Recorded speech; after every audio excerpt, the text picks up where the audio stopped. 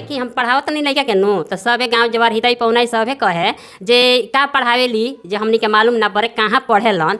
तो हम जानतन जे लइका का पढ़त रहे का पढ़ावत नहीं, लेकिन हितई पौनाई सभे अगता गई रहल जे लइका अभी तक ले ना लिख, लेकिन माँ बाप भाई भौजाई कोई नहीं अगताइल।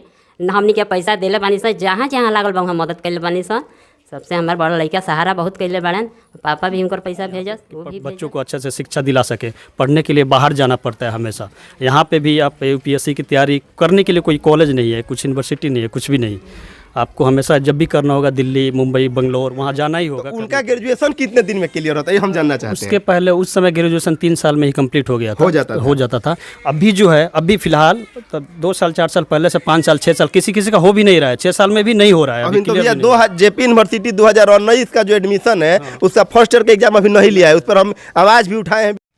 नमस्कार दोस्तों, हकीकत की दुनिया में आप सभी का स्वागत है। तो हम सिवान जिला के गोरिया कोठी विधानसभा क्षेत्र के बरहोगा पुरुषोत्तम पंचायत में पहुंच चुके हैं, जहां के एक लाल ने कुछ ही दिन पहले यूपीएससी क्लियर कर 8वां रैंक ला करके पूरे जिले का और पूरे राज्य का नाम रोशन किए पूरे भारत में। और बिहार न्यायिक सेवा में 8वां रैंक ला करके जज का पद पर न्यायाधीश के रूप में विराजमान होने वाले हैं। 8वां रैंक ला करके, ये भी सिवान जिले के लिए और पूरे गांव वासियों के लिए बहुत ही खुशी की बात है। और बहुत ही हर्षोल्लास के साथ पूरे गांव में उनका जब यूपीएससी क्लियर किया तो स्वागत भी हुआ था। तो आइए गांव के कुछ लोग यहाँ पे हैं, उन लोगों से कुछ बात करते हैं, फिर उनके बारे में हम बताते हैं। जो संतोष कुमार कुशवाहा जी कब कब कैसे क्या किए और हरदम आगे बढ़ते गए। तो पहले उनके पिताजी हैं। तो चाचा जी बहुत बहुत स्वागत है और बधाई है कि आपके लड़के ने पूरे जिले का नाम रोशन किए हैं, पूरे समाज का नाम रोशन किए हैं। तो आप मतलब क्या कहना चाहेंगे इस विषय में? इस विषय में तो मैं और भी लड़के ऐसे निकले जी, और इसके बाद लड़का अपना अच्छा से ड्यूटी करे और इससे अच्छे से निभावे। अच्छा, बिहार में तो फिलहाल शिक्षा की मतलब स्थिति बहुत बद से बदतर हो गई है। आप अपने लड़के को शिक्षा कहाँ पे दिए हैं? पहले तो मैं डुमरी बाज़ार थी प्राइवेट से दिए हैं। प्राइवेट से? हाँ, उसके बाद भीठी हाई स्कूल से पास किए हैं मैट्रिक जी, और उसके बाद में छपरा ग्रेजुएशन किए हैं वहाँ कॉलेज जेपी यूनिवर्सिटी से। हाँ, भैया बता रहे थे कि जेपी यूनिवर्सिटी से ग्रेजुएशन किए हैं और एलएलबी किए हैं बीएचयू से। हाँ, तो मान के चलिए कि यहाँ पे जो आप शुरू से ही अपने बच्चे को मतलब प्राइवेट स्कूल में पढ़ाए, प्राइवेट से पढ़ाए, तो और लोग सरकारी स्कूल में पढ़ा रहे हैं। तो सरकारी स्कूलों की शिक्षा व्यवस्था बेहतर होना चाहिए कि नहीं होना चाहिए? होना चाहिए, लेकिन नहीं है। सरकारी स्कूल का व्यवस्था बढ़िया नहीं है। और भी गांव के लोग यहाँ पे मौजूद हैं। चाचा, खुशी महसूस हो रहा है ना, आपके गांव के लड़के पूरे भारत में नाम रोशन किए हैं? बहुत खुशी की बात है, हम लोग को बहुत उत्सव है इस बात पर। बड़ी खुशी है कि बहुत बच्चा हमारा बहुत विकास किए, हम लोग का नाम रोशन किए, कि हमारा प्रखंड का नाम रोशन कर दिए, हमारा जिला का नाम रोशन कर दिए। तो और भी गांव के लड़कों से आप क्या निवेदन करना चाहेंगे, क्या आग्रह करना चाहेंगे? गाँव के लड़कों से यही निवेदन करेंगे कि वो मन लगा के अपना शिक्षा में मन लगा के पढ़ें और एक से एक योग से अपना योग्यता को प्रारंभ करके अपना आगे बढ़ें। तो गांव की सरकारी स्कूल की शिक्षा आप लोग पहले ही बता रहे थे लोग कि बहुत बदतर हो चुकी है।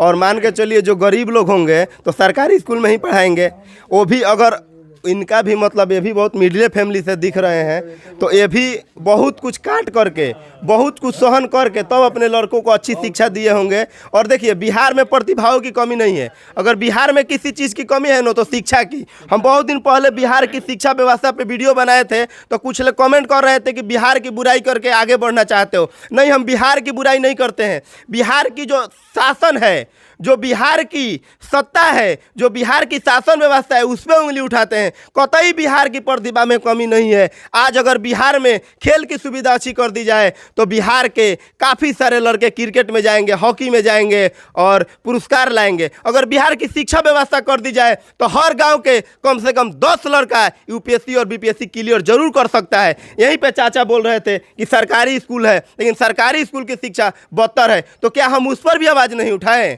और शिक्षा व्यवस्था खराब होते जा रहा है, उस पर आवाज़ न उठाए तो फिर हम लोग की पत्रकारिता करना, मीडिया न्यूज़ बनाना, ये तो बेकार है हम लोगों के लिए। अगर आवाज़ भी नहीं उठा सकते हैं तो, सरकार के लिए बोल भी नहीं सकते हैं तो। चाचा, शिक्षा व्यवस्था कैसे दुरुस्त किया जा सकता है? शिक्षा व्यवस्था शिक्षा मंत्री के माध्यम से दुरुस्त किया जाएगा, मुख्यमंत्री के माध्यम से दुरुस्त किया जाएगा। शिक्षा व्यवस्था के लिए वो लोग खुद सोचे इस बात पर कि बंधुआ मजदूर का देश है बिहार, अब बंधुआ ही सबको बना रहे हैं, बंधुआ के बच्चा बंधुआ ही रह जाएगा। काहे ऐसा शिक्षा में प्रबंध किया गया है, क्यों ऐसा प्रबंध किया गया है? सही बात है। बहुत ही संघर्ष करने के बाद किसी टोकरी ढोने वाले के लड़के के सर पे टोपी जाता है, अर्थात बहुत ही संघर्ष करने के बाद किसान का लड़का डीएम और एसपी और डॉक्टर बनता है। वरना आज टोपी वालों के लड़का, टोपी वालों का मतलब नेताओं का ही लड़का आगे बढ़ रहा है। गरीब मजदूर का लड़का, बाप के सर पे टोकरी रहता है तो बेटा के सर पे भी टोकरी आ जा रहा है, और नेताओं के बच्चों के सर पे टोपी और फिर नेताओं के सर पे भी टोपी रहता है। बहुत संघर्ष करने के बाद कोई आगे बढ़ पाता है। और तो और यहाँ पे अगर कोई आगे बढ़ रहा है तो सरकार भी उसका मदद नहीं करती है। आजकल पटना आप लोग जाते होंगे तो देखते होंगे MBA चाय वाला, ग्रेजुएशन चाय वाली, नेशनल तैराक चाय वाला, पूरा चाय वाला सब भरा पड़ा है। आखिर क्या है इसका कारण, क्या हो सकता है? आप लोग को विचार करना है। और यहाँ पर इस गांव में भी अभी स्कूल है, हो सकता है कि किसी स्कूल में शिक्षा अच्छी हो सकता है कि किसी स्कूल की शिक्षा बेहतर हो, लेकिन सरकारी स्कूल के 98% शिक्षा व्यवस्था बहुत ही खराब है, बहुत ही दयनीय स्थिति में है। ये नहीं है कि बिहार में खाली शिक्षा व्यवस्था की कमी है, स्वास्थ्य का भी कमी है।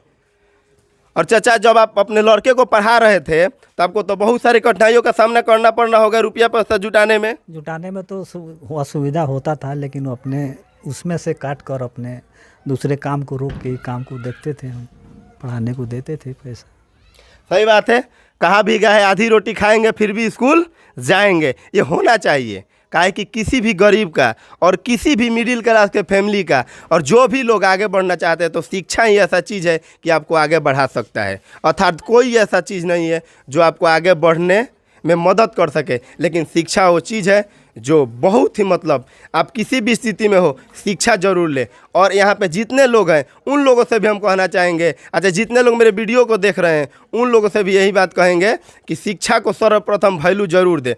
आइए संतोष कुशवाहा जी के बारे में कुछ हम लोग जानते हैं, वो कहाँ से कब क्या किए और कैसे किए। देखिए, वो सबसे पहले 10th का पढ़ाई, पहले शुरू से बचपन से पढ़ाई तो प्राइवेट स्कूल में किए चाचा। उसके बाद 10th का पढ़ाई टापी प्रसाद हाई स्कूल भीठी सिवान से किए। फिर ग्रेजुएट किए लोक महाविद्यालय हाफिजपुर, जो कि जेपी यूनिवर्सिटी के अंतर्गत आता है। और उसके बाद LLB BHU से किए, LLM BHU से किए। फिर दिल्ली बार काउंसिल के मेंबर हैं और भारत सरकार वाणिज्य एवं उद्योग मंत्रालय में फिलहाल कार्यरत हैं। और फिर तब तक खुशी आती है कि गांव का लड़का, ये गांव का नौजवान जज बन गया। चाचा तो बोलो खुश बानी लोनू? हाँ खुश बानी सोन, हमनी खुश बानी से बाबू। तो का कहे के चाहे और लोग के जे वीडियो देखत हवे, जितना नौजवान लोग वीडियो देखत हवे लो, जितना मतलब हमनी के एज के नौजवान लोग वीडियो देखत लो, चाहे रुआ गांव जवार के भी लोग जन एज आइल बा लो, लड़का लो, तो का संदेश देवे के चाहे? का यार और खुशी है, लो बढ़ हो आगे जी, लड़का लोग के सपोर्ट रही। लोग के सपोर्ट से ज़्यादा सरकार के सपोर्ट के जरूरी बा शिक्षा व्यवस्था के। आप उनके भैया ना है भैया? देखिए संतोष कुमार कुशवाहा जी के भैया हैं। आप भैया क्या करते हैं? हम दुबई में रहते हैं भैया। दुबई में सबसे रहते पहले स्वागत है आपका। आपको भैया बहुत बहुत बधाई है हकीकत की दुनिया न्यूज़ में, और आपको शुभकामना है कि आपके भाई पूरे समाज, पूरे जिला और साथ ही साथ पूरे बिहार का नाम रोशन किए हैं। धन्यवाद भैया आपका। वो पहले 2010 में जी 2010 में वो ग्रेजुएशन या मैट्रिक कंप्लीट की है जी बिट्टी से। उसके बाद Chhapra JP university graduation complete करने के बाद जी उनका एडमिशन जो हुआ LLB के लिए वहाँ BHU में हुआ था। वो कंप्लीट करने के बाद LLM भी वहीं से किए। और 2016 में करीब दिल्ली बार मेंबर काउंसिल में उनका सिलेक्शन हुआ है, अभी भी है कार्यरत है। और उसके बाद से 2021 में उनका भारत सरकार वाणिज्य उद्योग मंत्रालय UPSC में सिलेक्शन हुआ, 17वीं रैंक है उसमें। 17वां रैंक था। और उसमें सिलेक्शन होने के बाद भी कार्यरत है उसमें। उसके बाद से अभी 2-3 दिन पहले BPSC का रिजल्ट उसने क्लियर किया है, तो काफ़ी खुशी है इसमें। अच्छा मान भैया, वो जो आपके तो छोटे भाई हैं, आप उनको खिलाए भी होंगे, और वो शुरू से पढ़ने में कैसे थे? उनका जो नेचर रहा है हमेशा से आगे की तरफ ही रहा है। पढ़ने में भी बहुत अच्छे थे, हम लोगों से भी बहुत अच्छे थे, गांव में भी बहुत अच्छे से पढ़ने से। और उन्होंने जो स्टेप बाय स्टेप लिया है वो अपने बदौलत लिया है जी। और उसमें हमारा परिवार का जस्ट सपोर्ट रहा है, और उसका जो मेंबर है पढ़ने का, वो अपने दम पे उन्होंने ये हासिल किया है। मतलब शुरू से पढ़ने में बहुत तेज थे, और आप लोग का मतलब सपोर्ट पूरा रहा है, और आप लोग का देन है, और गांव के बड़े बुजुर्गों का आशीर्वाद है कि आज मतलब आप लोग के लिए तो गर्व की बात है ही है, लेकिन साथ ही साथ गांव और पूरे सिवान जिला सबके लिए गर्व की बात है कि आज एक बिहार के लाल ने, सिवान जिला के लाल ने पूरे समाज के साथ साथ पूरे जिले का नाम रोशन करते हैं।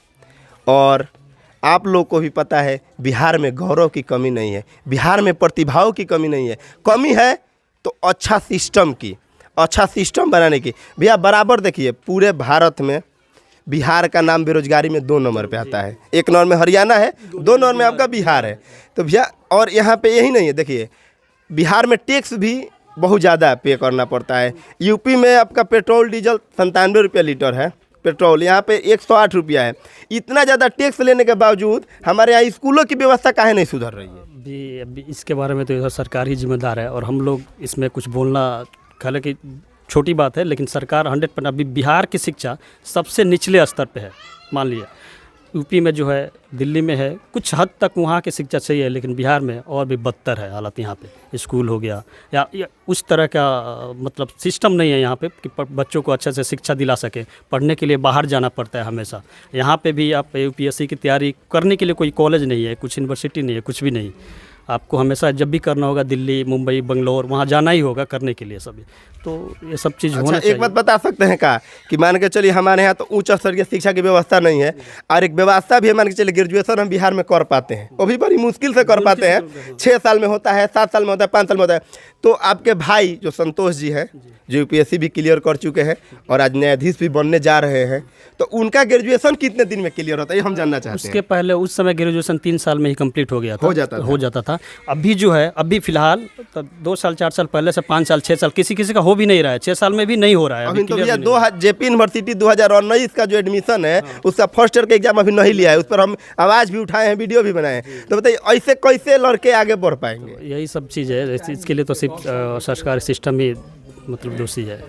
थोड़ा सा इसमें सुधार तो होना ही चाहिए, शिक्षा, स्वास्थ्य में, सब चीज़ों में, और उस पर थोड़ा सा सरकार को ध्यान देना चाहिए।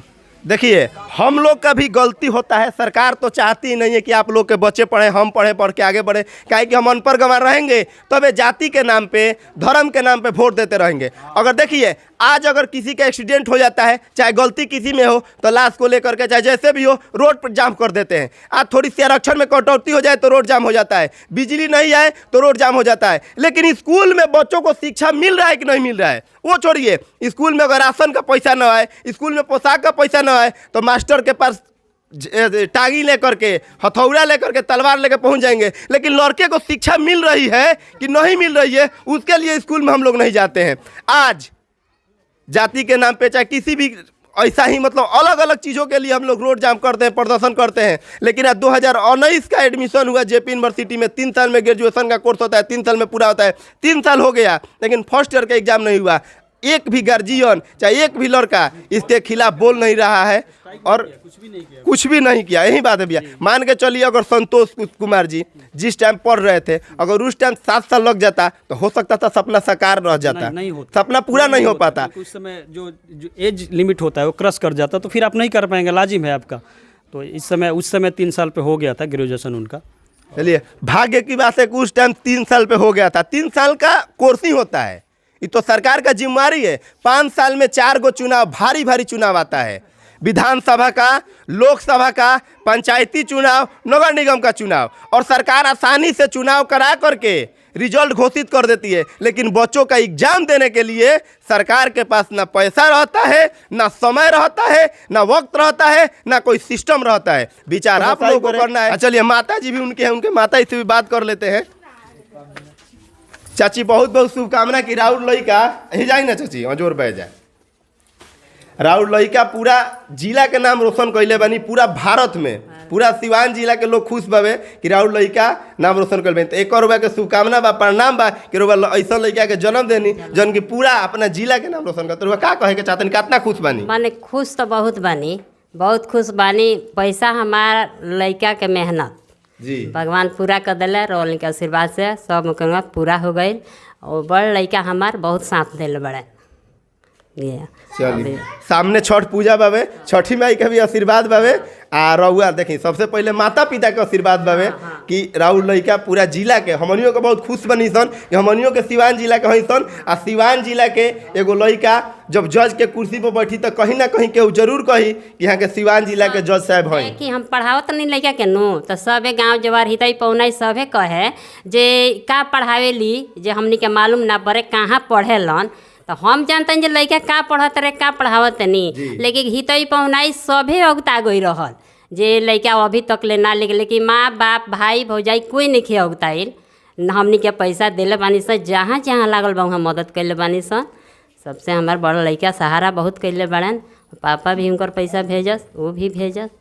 चलिए, बड़ भाई भी पिता के समान होते हैं और सच में बड़ भाई का फर्ज निभाए हैं। एक बार चाची बोली कि हम लोग अगुताई मतलब जल्दीबाजी नहीं किए। बहुत सारे लोग कहते हैं कि कितना दिन से तहार लइकवा बाहर में जाके पढ़त अभी तक ले का कैलत, सुने के मिलेला। बहुत हमारे दोस्त लोग भी अगुता के कहेला लो कि अब छोड़ देता नहीं, जाता नहीं नौकरी करे, अब हम ना करें। बहुत सारा दोस्त लोग, मेरा भी बहुत सारे दोस्त लोग हैं जिन लोगों को मैं कहता हूँ कि किसी चीज़ की कमी होती है तो हमसे ले ले भाई, तू अपना तैयारी कर, पढ़। काहे कि उसकी हालत जो है ना, वो चाहता है पढ़ना, वो चाहता है आगे बढ़ना, लेकिन कहीं ना कहीं उसका जो बोलते हैं ना मनी प्रॉब्लम, इस दुनिया का सबसे बड़ी प्रॉब्लम है मनी प्रॉब्लम। और एक प्रॉब्लम आके नौजवानों को, चलिए उधर थोड़ा सा, और एक नौजवानों को, आम इंसानों को एक चीज़ और पीछे करने में कारगर होती है कि लोगवा का कही। अगर किसी को आगे बढ़ना है तो इस चीज़ को त्यागना पड़ता है कि लोगवा का कही। लोग को जो कहना है कहने दीजिए, लेकिन आपको अपने लक्ष्य तक पहुँचना है तो अपने पथ पे चलते रहिए और अपने लक्ष्य को हासिल कीजिए। किसी की मजबूरी हो सकती है, लेकिन उस मजबूरी को पार करके बाबा भीमराव अंबेडकर के जैसा इतिहास रचिए। इसी के साथ अपने वीडियो को अंत करते हैं। जय हिंद।